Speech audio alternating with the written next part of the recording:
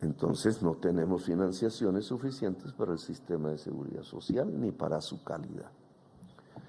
La mayoría de nuestros viejos y viejas entonces no tienen ninguna pensión.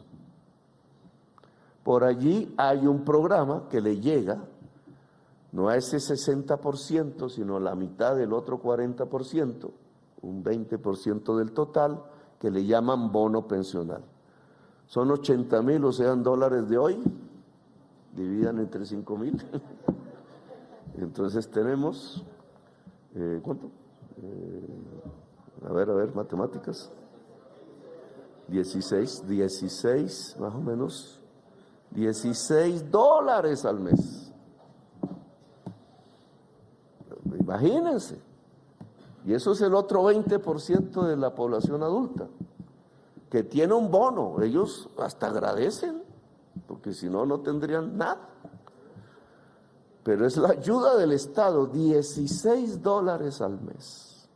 Nos aterramos de otros países del mundo cuando comparan sus salarios, pero nosotros le entregamos al 20% de nuestros adultos mayores $16 mes. Es decir, al 60% cero, al 20% siguiente $16.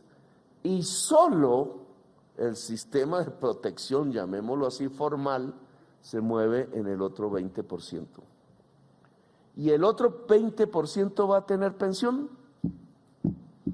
Los que cotizan, es decir, los y las asalariadas, es decir, la formalidad.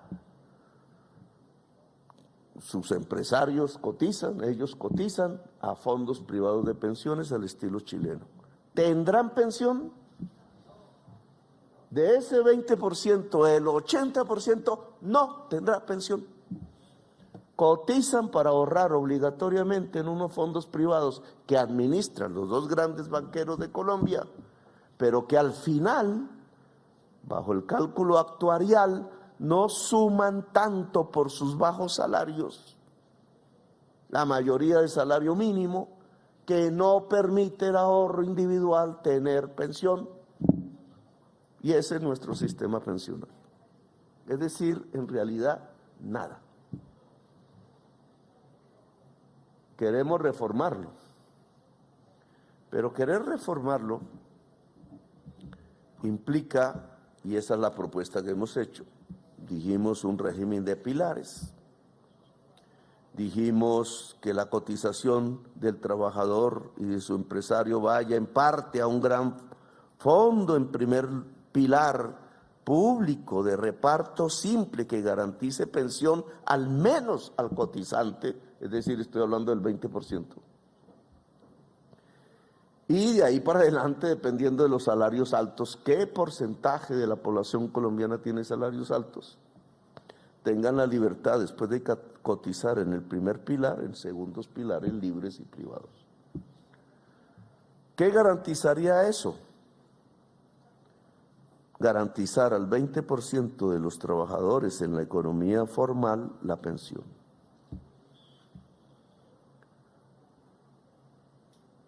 Garantizar en el 20%, estoy hablando del total de adultos posibles, que están en la economía formal, pero que hoy en los fondos privados nunca tendrían pensión, también pensión. Aumentar un 40%, y aún así quedaría una pregunta, y el 60% restante. Los cálculos que nosotros hemos hecho es que como el sistema de fondos privados de pensiones no da pensión, pero sí tiene una selección adversa, llaman así los economistas, y es que el joven trabajador, es decir, el que lejanamente se va a pensionar o cree que se va a pensionar, es el que entra al fondo privado, mientras que el viejo trabajador o el que ya tenía el derecho a la pensión se quedó en el fondo estatal, que es el que le garantiza la pensión. Entonces, en realidad, hoy por hoy, a la mayoría de los pensionados actuales les está pagando es el Estado, del presupuesto nacional, es decir, de los impuestos. Es nuestro mayor gasto público. hasta el gobierno de Duque lo sobrepasó el gasto en la deuda.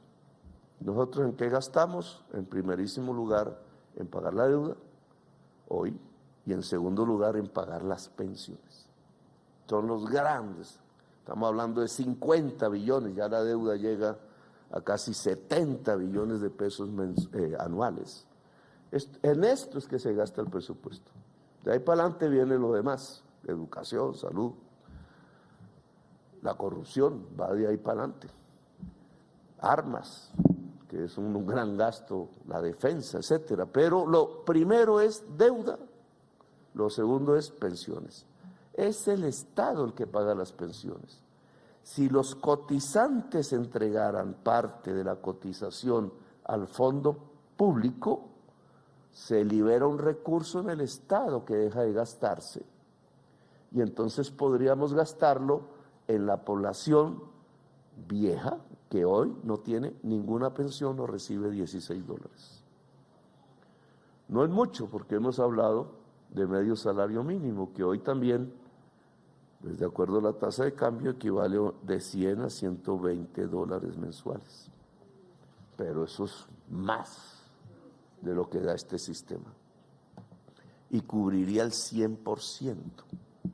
Es decir, alcanzar un concepto básico, la universalidad. Lo puede hacer el Estado y la cotización, juntos. Es decir, el modelo Bismarck en cierta forma, pero organizado de manera de pilares, logrando una cobertura 100% a la actual vejez. Contra esto hay críticas, y válidas. No, pero es que la población cada vez va a ser más vieja, o sea que las necesidades cada vez van a ser mayores y entonces el sistema no es sostenible. Que es cierto, ¿cierto? En 20 años, en 30 años tendremos un mayor porcentaje de población vieja, pero tiene una respuesta que ya remite a la economía y al modelo económico que tenemos. Es que eso depende de la productividad. Si el trabajador joven, que es el que tiene que sostener el sistema, al viejo, tiene por razones tecnológicas mayor capacidad de trabajo que el actual trabajador joven, pues la sociedad es más rica. O en otras palabras, la sociedad es más rica porque tiene más capacidad de trabajo. No es el trabajador una persona al cual se le regala un salario y se le hace un favor. No, él y la trabajadora son las generadoras de la riqueza. No lo dijo Marx, lo dijo un liberal como Adam Smith. Esa es la ABC de la economía. Un país es más rico que otro porque tiene más capacidad de trabajo. Más capacidad de trabajo en el siglo XXI no es más capacidad muscular de trabajo. Es más capacidad cerebral y colectiva de trabajo, porque esa es la economía del siglo XXI. La productividad, de acuerdo a una corriente económica, depende de la competitividad. De acuerdo a otras, no necesariamente antagónicas, depende del conocimiento acumulado de la sociedad. Tienes como sociedad más conocimiento, tienes más productividad. Claro, esto es una agenda de inversiones, de política. Si la productividad depende del conocimiento, entonces hay que invertir en el conocimiento. Y si esto se da durante décadas, porque no es de la noche a la mañana, se puede sostener un sistema pensional de cobertura universal, así la población envejezca. Pero entonces las inversiones prioritarias se van volviendo otras a las que estamos acostumbrados. Inversiones estatales en el conocimiento, inversiones estatales en la seguridad social, ayudados por cotizaciones privadas del mundo privado de la economía. Pero no es el mundo privado de la economía sosteniendo sin el Estado un sistema de seguridad, o no es la creencia de que la productividad y el bienestar social se alcanzará sin el Estado. Y como el Estado se financia, entonces volvemos a la misma discusión de siempre. ¿Quiénes financian el Estado? Los pobres. o las fortunas más importantes en la sociedad. Alguien diría, sí, los pobres y los ricos, sí, pero ¿qué tanto en porcentaje descargamos la financiación del Estado en los sectores trabajadores y de los pobres? ¿O el pacto social, que es la misma palabra de la paz, sinónimo de paz?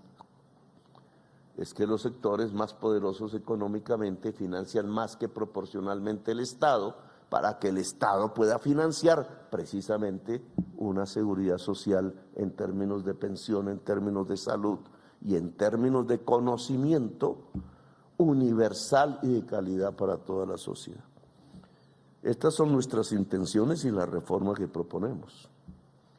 En el mundo formal creemos que hay que lograr igualdad salarial entre el hombre y la mujer. En el mundo formal creemos que el contrato de prestación de servicios no laboral que encubre una relación laboral de manera mentirosa solo para sobreexplotar al y a la trabajadora debe pasar a la historia y que debemos volver a relaciones laborales pactadas y que eso va a acabar la economía, que va a acabar la economía. Pues yo lo que veo es que las economías más desarrolladas tienen salarios más altos que nosotros. Allá podrá haber la discusión, tienen hoy salarios más altos que hace 15 años. Allá podrá haber una discusión muy interesante de la vida política. La riqueza generada por altas productividades va más a la gente que trabaja o va más a los dueños del trabajo. El salario relativo está disminuyendo en el mundo, la desigualdad social está aumentando en el mundo. Miren estas paradojas y termino con esto. Cuando se mira a largo plazo, no en el corto plazo. Hoy la prensa está mirando a ver si llegamos a 5.000. Y está mirando si cada minuto ahí para poner el titular. Pero la economía se mide en largos alientos, digamos. Después de la Segunda Guerra Mundial,